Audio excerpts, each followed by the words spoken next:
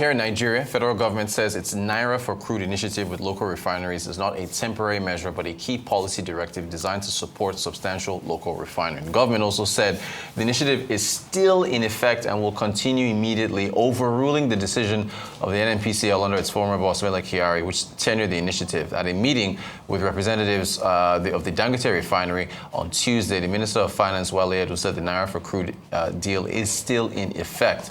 And in a tweet, the Ministry of Finance said the technical subcommittee on the crude and refined product sales in Nigeria initiative met to review progress and address ongoing implementation matters.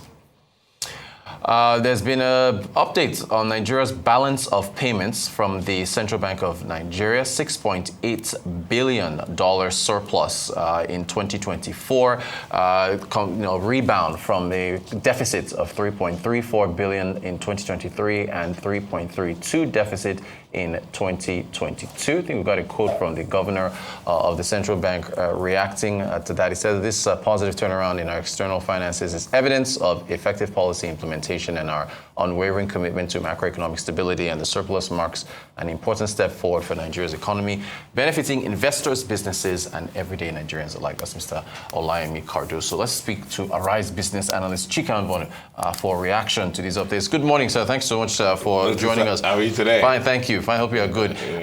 Where would you like to start? The Naira for crude or this I think balance of a linkage between the two, right? Between the two. Yeah. And let's put it this way. I mean,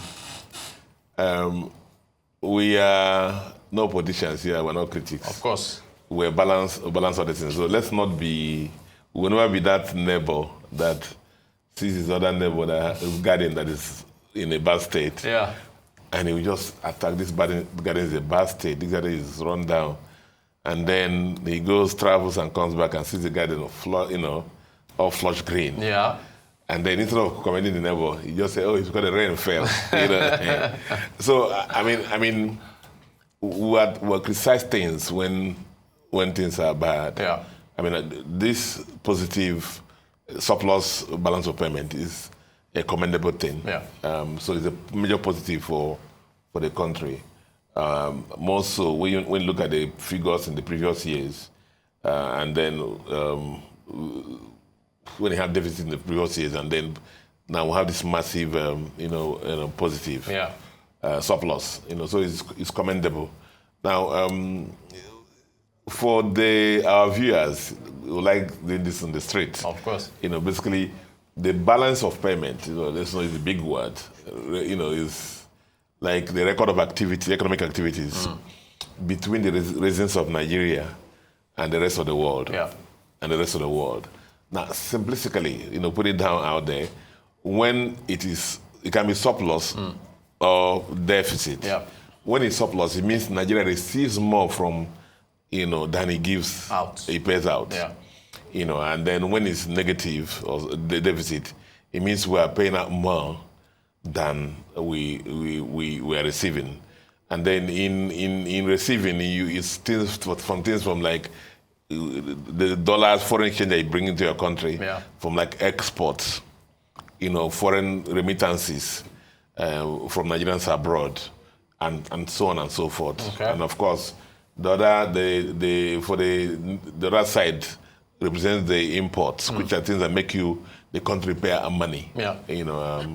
So those are two sides of the balance of payment. And when it's surplus, as I said before, it means that the country is receiving more than it's sending out. Okay. So the report that the press release that CBN put out, speaks of so many issues. There are so many issues there that we need to just break down for our viewers. Yeah. Of course, the CBN, has the accolades, or the general economy, the economic managers have the accolades. Basically, this improvement reflects in part of wide, reaching macroeconomic initiatives that they have implemented in the last, 18 months, and that they've come into power. Now, but let's look at some things there, Rotus. Yeah. Let's look at imports. which is what I've been clamoring for the country, and it ties into the story that you started with. Yeah. Imports, petroleum products. Petroleum products used to be the main consumer, main guzzler of our foreign exchange in the country. Yeah. And so if we reduce, the importation of fuel, it means that our trade surplus will be more. Yeah. So in this case, it actually fell by about 23.2%. But we believe this should be more. More than that. We believe this should be more because of the potentials of the Dangote refinery and the Port refinery and the Warri refinery that we were told that came on stream.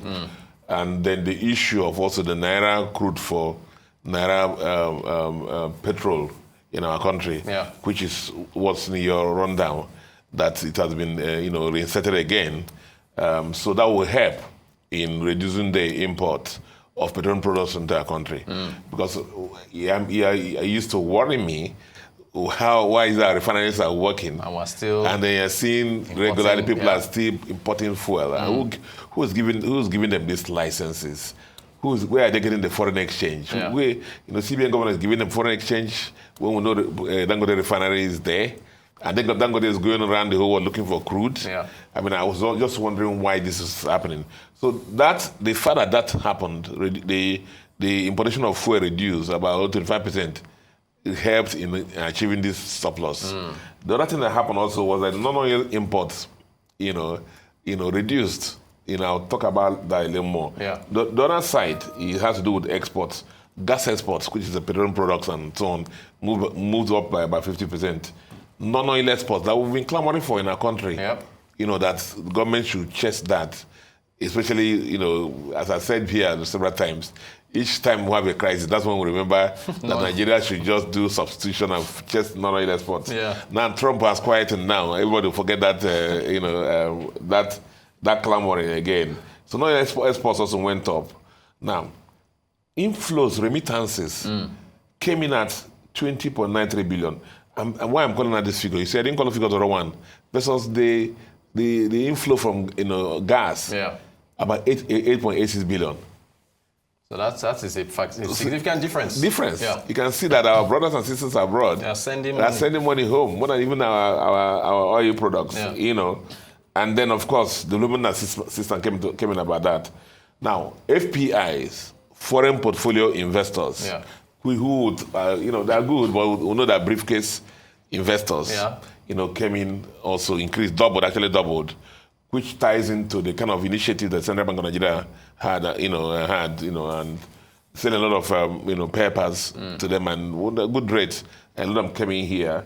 And the Fed safe because remember CBN cleared the backlog of they had, and they know that if they come in, bring the investment in Nigeria here, when they want to exit, take their money. They talk about that. 2 days ago I spoke about that. That part of the reason why CBN pushed about $200 million into the market was to provide that certainty and confidence to the FPIs that this will happen. But one of the bad side of this report, downside of this rotus, is FPIs are okay, the remittances are okay, but one of the things that develop the economy on a permanent basis, on a sustainable basis, is foreign direct investment. Right. Foreign direct investment. Foreign direct investment fell by 43%. Wow. Whereas everything's going up, you can imagine that. Down. So this is sad commentary about this report, because these are it's for foreign direct investment. They have factories are built, manufacturing companies are set up. That long-term investment that put there will create employment in the economy and create sustainable development here. And that is that. So CBN has to look into why this has happened. One other aspect of this report that I found this in the issue was they said a marked improvement in data integrity and the net errors and omissions, fell from about $24 billion to about $5 billion. You can imagine that. That is huge. That's huge. But we'll give them the clap of the doubt also. And that. But you see, notice the issue at the end of the day is, I say, who, as Nigerians speak, I say, who be your balance of payment, who you have. Who you have. Can we eat it? Can we eat it? That's the thing.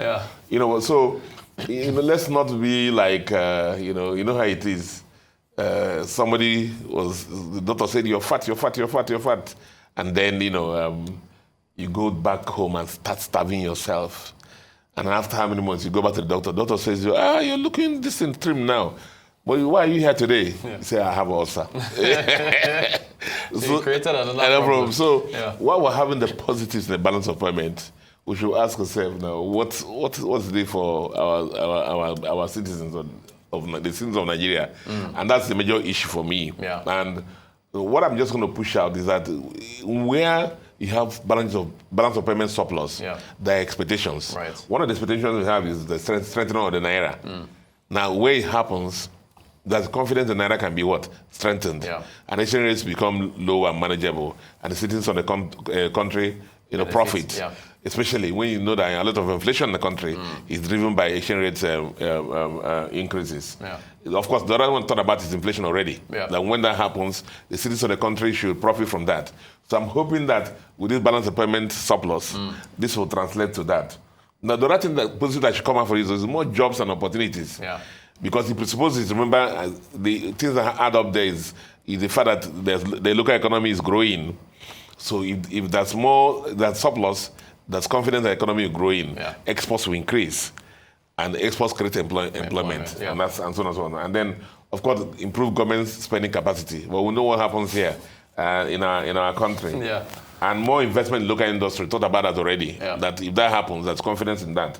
But most importantly is also better credit rating, for our country. That's very important. That's happening. So those who want to bring money here, especially the FDIs, so thought about that are very low. Foreign investment are very low. In addition to the foreign portfolio investors who always run away because of any check in the system. Gotcha. This also gives them more confidence. And then, very important and relevant for this season is a stronger safety net during global shocks. So if you tie this story now to the what's net, happening? What's happening, and then remember the story we did last week on the CBN net reserve position of about $23 billion that has increased compared to the paltry amounts we had the previous years. You find in the balance that the central bank and the economic team are working very hard to make this the economy change. But the issue is that the bag of rice has not changed. Right. So that's why people need to see difference. How is it impacting the standard of living of people? Can inflation come down so that people in the street will eat food? Can transport costs come down so that people will also have money to save? So while we're celebrating this for them, we have to pay attention for the citizens of the country. That's why we have you on the show, to break these things down for us. All right, Business Analyst Chika Mbonu, appreciate your time. Thank you so much.